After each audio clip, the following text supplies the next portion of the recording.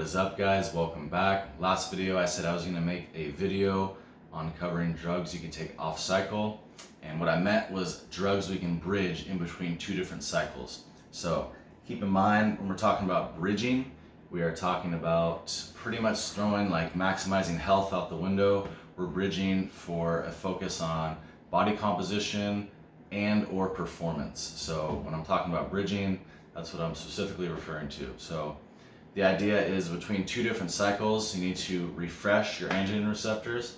Technically, we're not refreshing them. It actually is all the background metabolic processes behind it that need to come up into homeostasis. So your body could do that, relieve its stress, and function properly. That's the idea.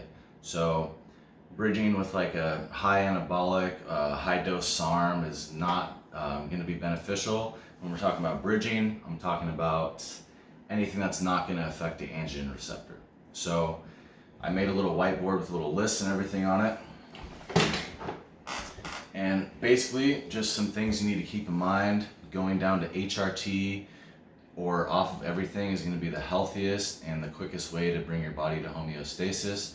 More drugs is always worse for you, and it's less sustainable, and it's going to cause more stress on the body. So just keep that in mind. And when I'm referring to HRT, hormonal replacement therapy, if you do a low dose SARM or a low dose something that hits the androgen receptor, like an anabolic at a low dose, that could be your hormone that you're replacing your body with. So if you want to trail whatever, some low dose SARM or something that's not going to increase your bodily stress that you can consider low dose, that will be your HRT. So we're not considering that a bridge. We're talking about stuff that's going to benefit you in the other aspects and not affect those systems. So the entire list, like I said, performance and body composition is the focus here, not health. And the up arrow means that it's going to benefit those only, so like more is better basically. And if it has an up and down arrow, that means that it's going to be more specific to a certain thing, and it can actually negatively affect your body composition or performance if you use it incorrectly. So the way it's laid out is the top is going to be more so safer or less chance of long-term side effects if dosed properly. Not acute safety, but just towards the top, a little bit more long-term, less chance of long-term side effects. So I know I like to talk in the abstract a lot and make you guys think and just focus on the right thing. That's what I like to do. I will do that a little bit, but I'm actually going to give you practical application and actual dosing at the end. So I'll give you actual bridge dosing that you could use. Keep in mind, this is going to be helpful for guys that are a lot more advanced than me too. So that's another reason I wanted to make this video. But I will provide dosing after I break all these down real quick. We'll start off at the top. Obviously creatine, it's going to benefit your creatine phosphate system, fill in muscle, glycogen, intracellular water, all the good stuff that steroids do at like a fraction of it.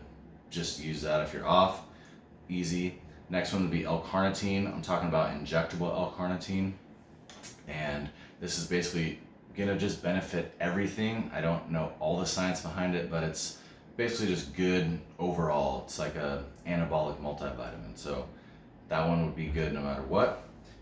Next one, metformin. This would be if you really need insulin sensitivity. So like, let's say you finish your cycle eating a ton of carbs and your insulin sensitivity is going to be low, or if you're going down to HRT or TRT, I would say just do it.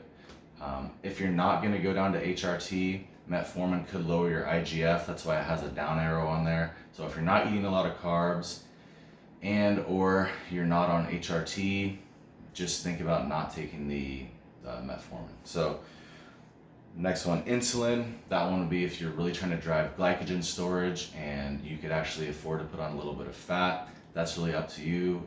If you know for sure you can use insulin in between. Pretty common to actually bridge between cycles for more advanced guys. Put a down arrow because it could be leading to more fat gain. Next one would be thyroid. That's a really good one to actually use. Keeps your muscles more metabolically active, which is actually what happens when you go off of the cycle, your muscles are going to be less metabolically active. So this can kind of help you if you need help with some leanness or just maintaining your leanness that the androgens were helping you with. So if you need that, you just do that at a pretty stable dose, pretty safe actually as well. HGH, very common to bridge with. You can basically just up that at nighttime or morning for fat loss. You can pretty much just up that as much as you can afford, and that'll really fill in the gap of low androgens. Melanotan 2, if you guys didn't know, this one's a little bit more rare, but MT2, Melanotan 2, the stuff people inject with to help them tan, actually improves your insulin sensitivity. So that's gonna, if you need some insulin sensitivity, you can use Melanotan 2. Actually helps a decent amount, and powerlifters do use Melanotan 2 to actually spike up their blood values. So like hematocrit hemoglobin, if you need that, you can use that for that. But that's actually a bad side effect you have to watch out for. So Melanotan 2 could raise those up too high to like dangerous levels, blood pressure, stroke, heart attack, stuff like that. And I'll skip telmisartan, we'll go to cardarine. Obviously, I've talked about cardarine before, you guys should know that. PPAR agonist, it has a down arrow on it as well, because if you overuse PPAR agonists, they could actually hurt your long-term adaptations that you're trying to achieve. Depends on, it's just got to be specific and targeted. So if you need those adaptations that the PPAR agonist is going to do that. So that would be like if you really need aerobic capacity, a lot of aerobic work, and you need to perform under aerobic conditions very well.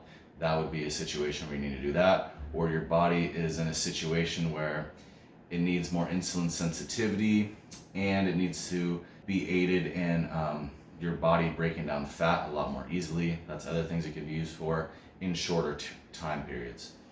Telmisartan is a blood pressure drug, actually is a PPAR agonist like cardarine as well.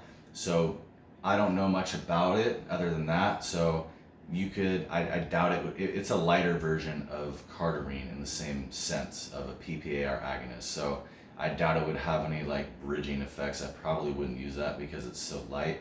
Probably not worth it. Unless you have high blood pressure, would be a really good drug to use.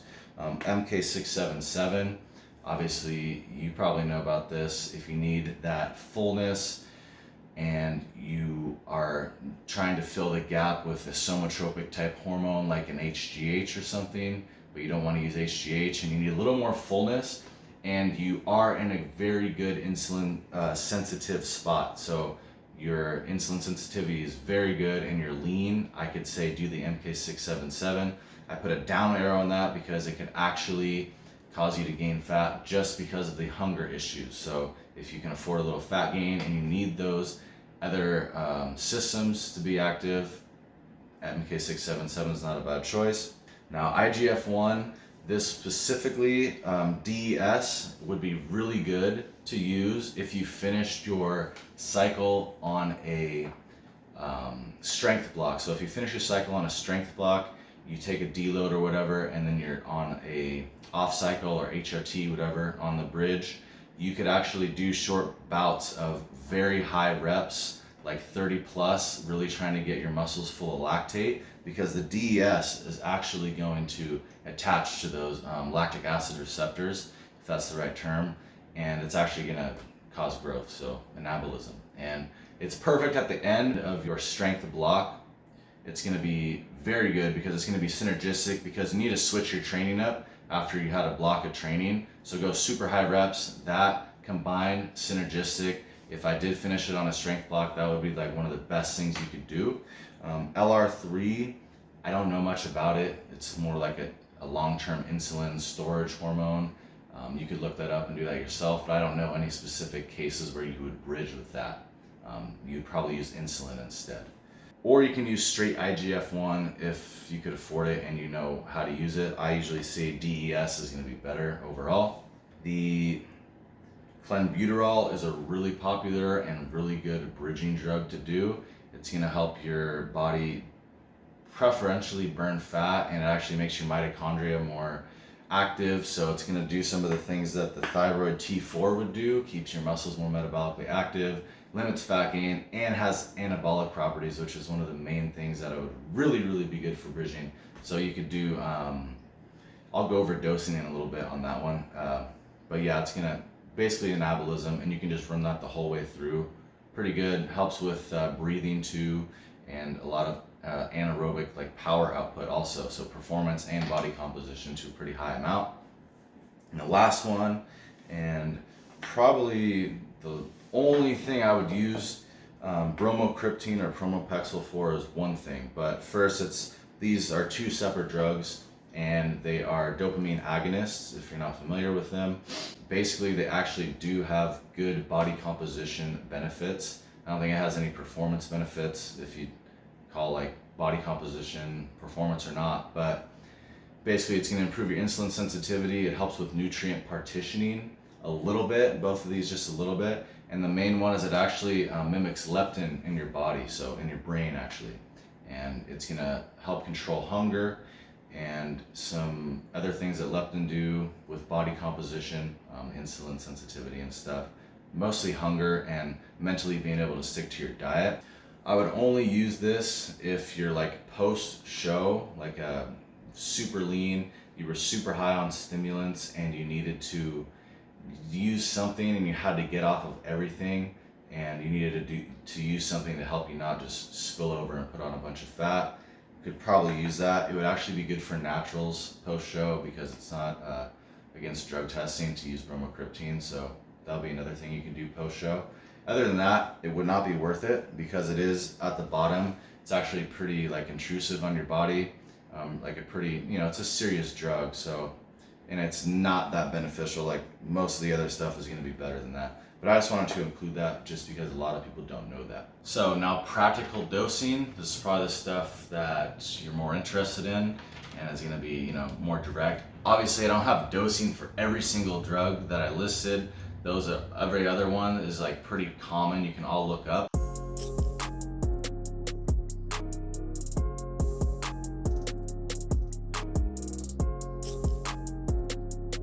The first one would be L-Carnitine, obviously injectable. It's going to be 200 milligrams for like everyday use if you're planning for long term.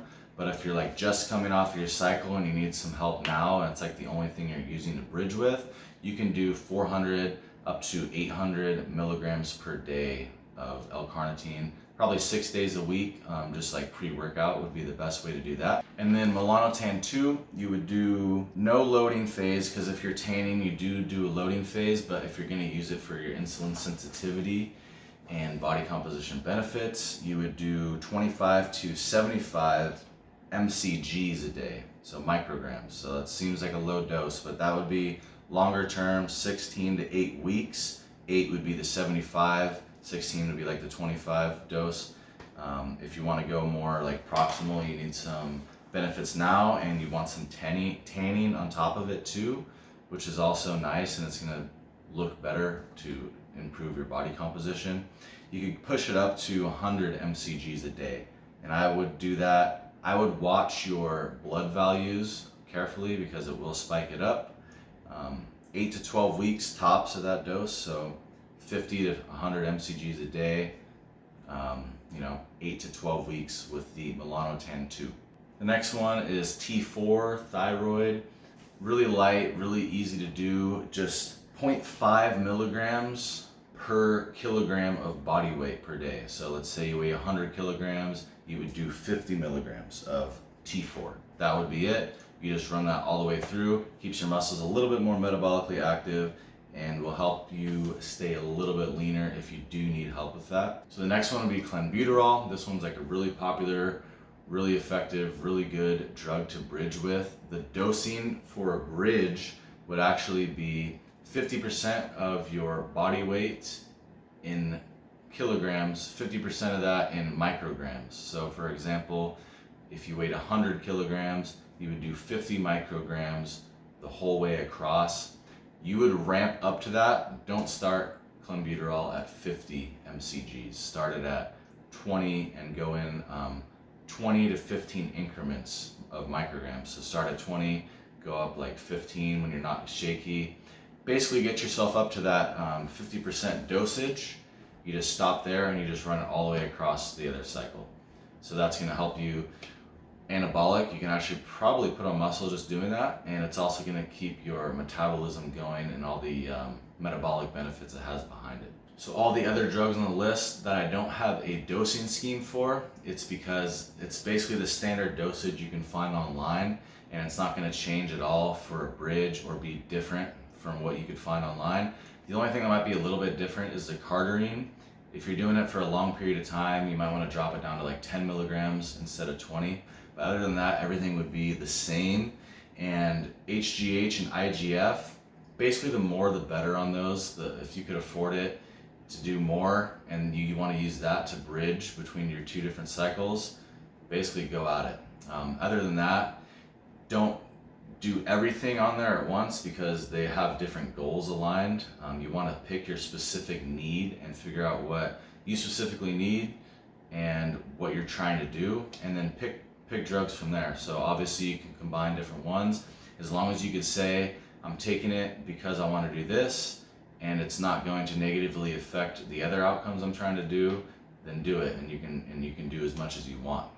Just keep in mind, usually the more drugs, the less healthier and the less chance your body has to come back down into homeostasis. But these are not affecting androgen receptors, so it's going to do that a lot less. And if you really need performance or body composition, you can bridge between cycles.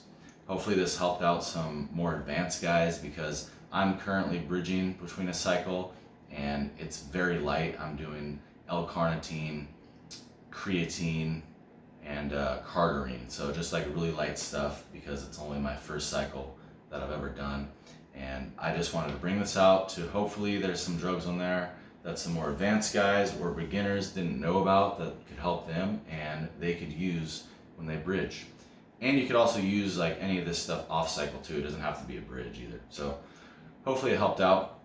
If you guys watched any of it, I do appreciate it. And if you want to hit me up on Instagram, I'm Dylan__Brett. I'll have it in the description. Other than that, I'll see you guys soon.